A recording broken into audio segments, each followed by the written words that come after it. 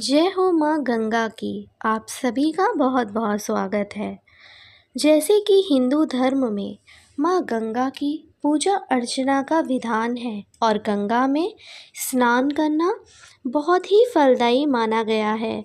गंगा का स्नान का फल बहुत अधिक बढ़ जाता है अगर कुछ विशेष दिनों में किया जाता है। उनमें से विशेष एक दिन है जिसको गंगा दशहरा के नाम से जाना जाता है। गंगा दशहरा वाले दिन गंगा में स्नान करना बेहद शुभ माना गया है।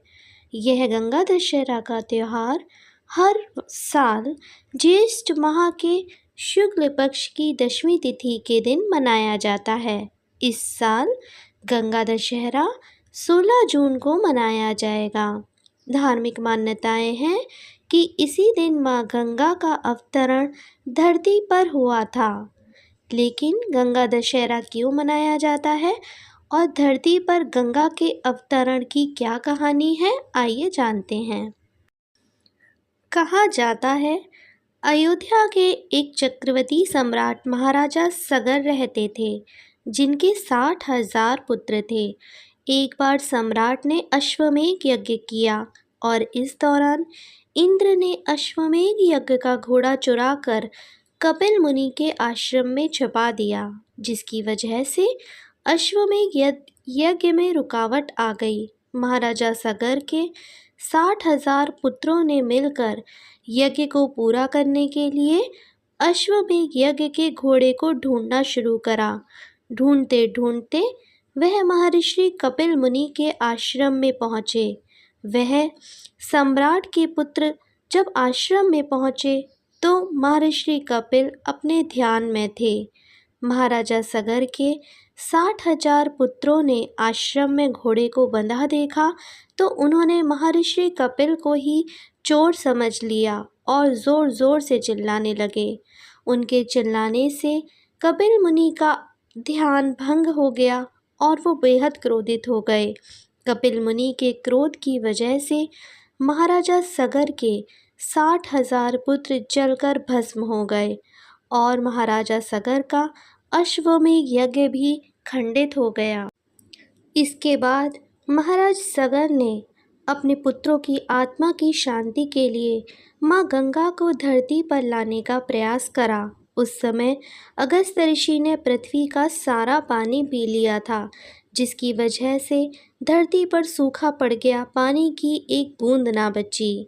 महाराज सगर के साथ अंशुमान और महाराजा दिलीप ने भी कठोर परिश्रम किया जिससे माँ गंगा धरती पर अवतरित हो सके, लेकिन उन सभी के प्रयास व्यर्थ हो गए।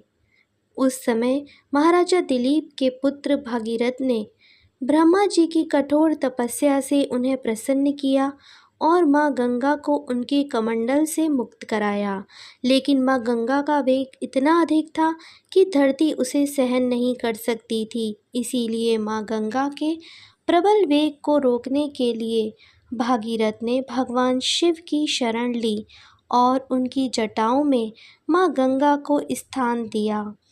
तब एक शिखा से माँ गंगा धरती पर अवतरित हुई और महाराजा सगर के 60,000 पुत्रों का तर्पण किया गया, उन्हें मोक्ष की प्राप्ति हुई।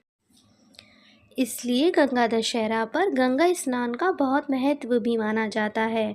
गंगा दशहरा के दिन देश भर के लोग गंगा स्नान के लिए हरिद्वार पहुंचते हैं। विद्वानों के अनुसार हरिद्वार में गंगा स्नान का महत्व बहुत अधिक है।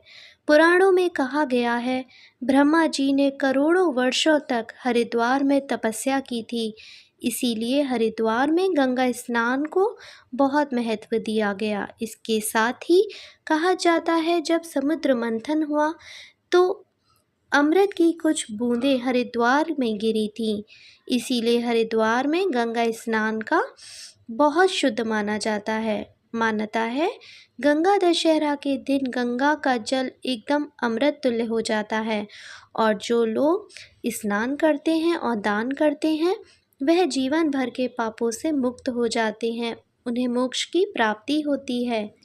लेकिन अगर ज़रूरी नहीं है कि सभी लोग हरिद्वार जा सकें और गंगा जी का स्नान कर सकें, तो अगर आप नहीं जा सकते हैं तो गंगा दशहरा पर आप जिस जल में स्नान करते हैं उसमें भी गंगा जी का थोड़ा सा जल डालकर स्नान करें और गंगा दशहरा पर आशीर्वाद गंगा माता का प्राप्त कर सकें।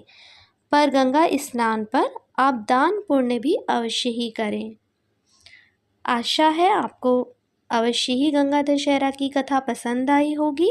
अगर आप इसी तरह की और जानकारियाँ चाहते हैं तो हमारे भक्ति मार्ग चैनल को जल्द ही सब्सक्राइब कर लीजिए। धन्यवाद।